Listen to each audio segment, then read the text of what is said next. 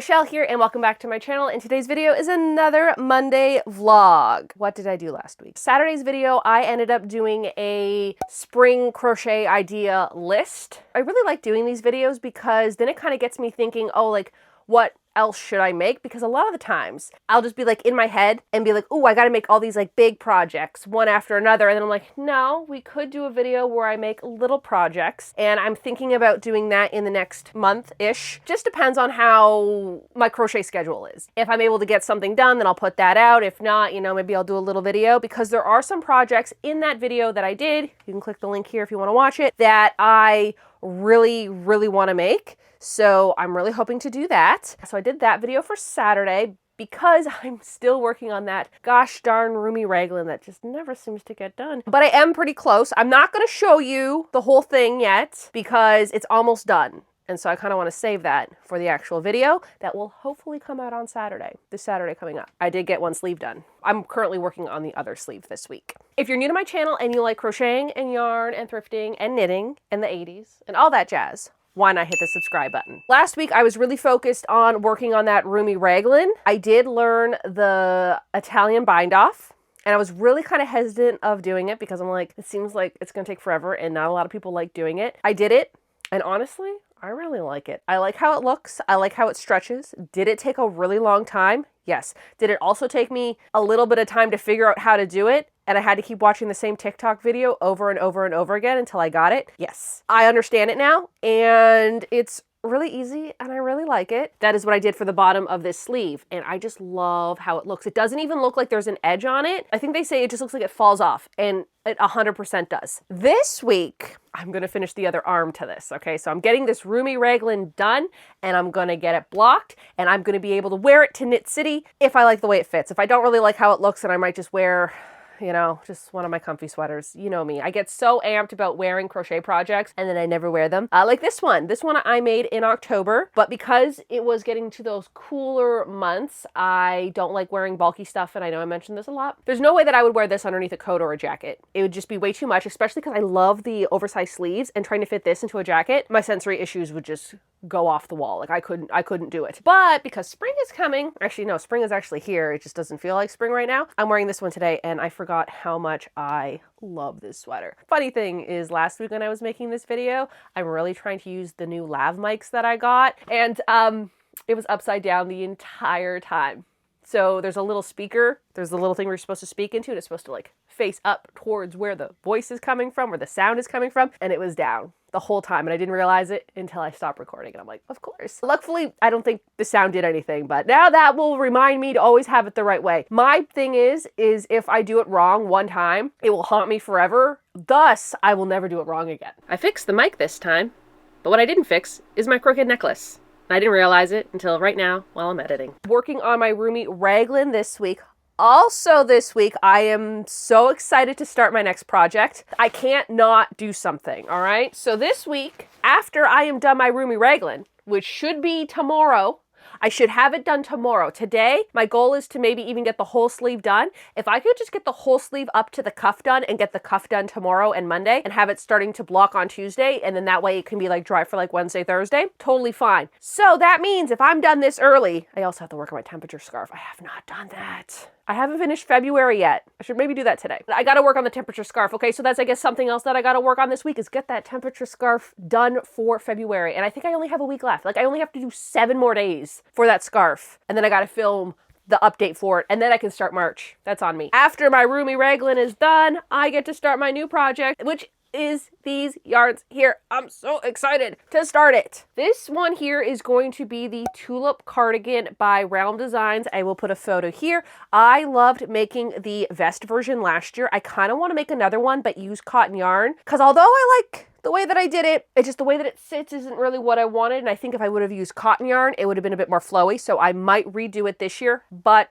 in my warm color tones. I'm thinking brown for the background, or like the main color, orange for the flowers, and like a vibrant like this type of green for like the stem and leaves and stuff like that, okay? Before I even get into that, I want to make the cardigan version, and I'm going to use these yarns. I mentioned these in a different vlog, but if you didn't see it, this yarn is the Barocco Vintage, and it is 52% acrylic, 40% wool, and 8% nylon. I love how soft these are, and I've used them for so many other projects that I'm so excited to use them. These are the colors that I got. Yeah, this one's called Moonstone.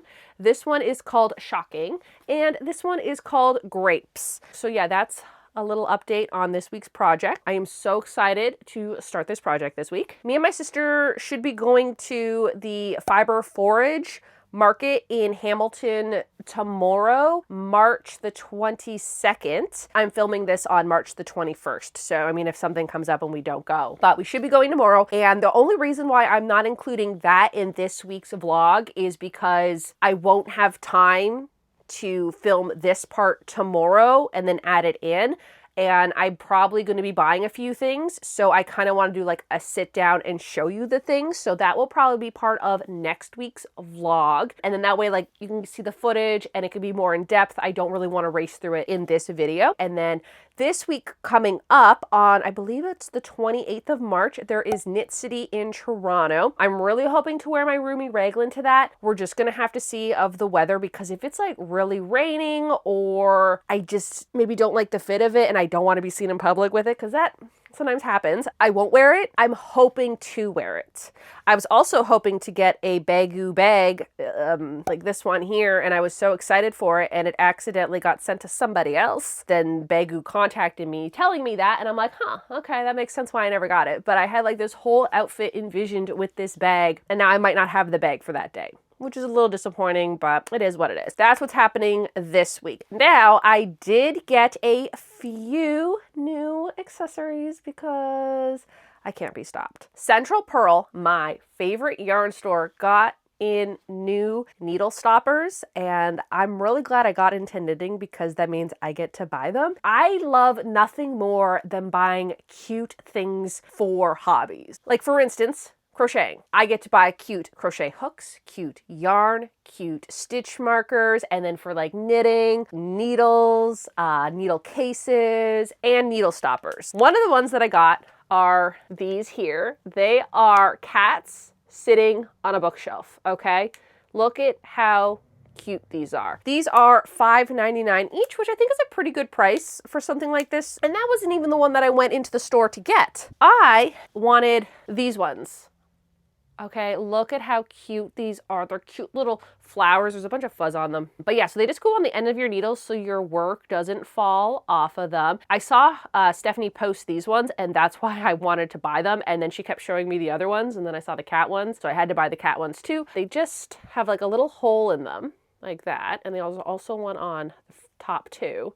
And then you just put your needle in there. And they're like kind of gummy, like they're not, like they're very flexible. They're not hard or anything like that. They can fit pretty much any size needle. I've used these on 3mm needles, and I've used them on these ones here, which are 6.5mm needles. And then I did invest in something that I probably should have gotten a long time ago, but I didn't want to spend the money. However, with the roomy raglan almost being done, I really needed to do that. I invested in blocking boards. Okay, I got these on Amazon, and they were on sale for $41 Canadian. With taxes and stuff, it came out to be a little bit more, but these ones were on sale because they were gray. There was other ones that were like, I think there was like pink ones and white ones and like cute colored ones, but those were like $10 to $16 more expensive than these ones. And I'm like, these don't have to be aesthetically pleasing, okay? I'm only going to use them when I have to block things. Let me just open these up. I just got these yesterday. Like, I've heard that you could buy foam puzzle mat pieces that usually like for like children's play areas, and you could buy them at Dollarama. I went to 4 Dollaramas. None of them had it. I even went to a Dollar Tree. They've never sold it. I asked when I was there. So I'm just like, listen, I can't keep driving around to a bunch of Dollaramas when I could just buy this. It does come with a bunch of T-pins, and it even came with these stitch markers. Not that I need any more stitch markers. This is the foam mat. It came with 9 pieces of these, and they're about 12 inches. They're just like puzzle pieces. So if you've never seen these before, then you can just like interlock them like this. And I like them because they are very thick and very dense. And then that way when I put the needles in them, like these, it's not going to poke through to the other side, because prior to this, I ended up using floor mats for like workouts. I think I bought them at like a Winners or a Marshalls or something like that. And it came in a pack of 4. They were like pretty big. They were pretty much the size of like 4 of these together. They were pretty cheap. I think it was like less than $20. But they are like this thin, so every time I would put the T-pins in there, it would poke through to the other side. They were also very floppy, so if I had to move the garment, one, I'd be poking myself because the T-pins were underneath there, and it would just like kind of flop and like break apart. And it was okay for me to start off, you know, blocking and stuff like that. Because normally with crocheting, I don't block my stuff a lot because they are acrylic. I usually will hang them up and like steam them. But for like wool and stuff like that, especially for knitting, if you block it, it will just have a better shape to it. So I invested in some good blocking mats. There's probably like way better ones out there, but I just wanted something that like I could use this week, you know, and I'll probably use these for a really long time unless someone like reaches out to me and it's like, hey, test our blocking mats and we'll send them to you for free. Then yeah, I'll try another one, but I think these are going to be my go-to ones and I will let you know how they work when I use them this week. I think that wraps up this week's vlog. I really didn't do anything, but next week I'm going to be doing so much stuff. I have the Fiber Forge tomorrow, and then I have Knit City on the Saturday. So that's going to be interesting because I got to go to Toronto for that. And I'm not a big fan of Toronto or big cities. I don't like them. In the comments below, let me know what projects that you're going to be working on this week. I'm hoping to get one done and start another one, but I am always interested to hear what you guys are doing, especially that spring has started. You know, I love hearing all your spring projects because, you know, I love winter, but it's nice to change up the type of projects you do with seasons, you know? I think that does it for this video, so y'all have a good day now.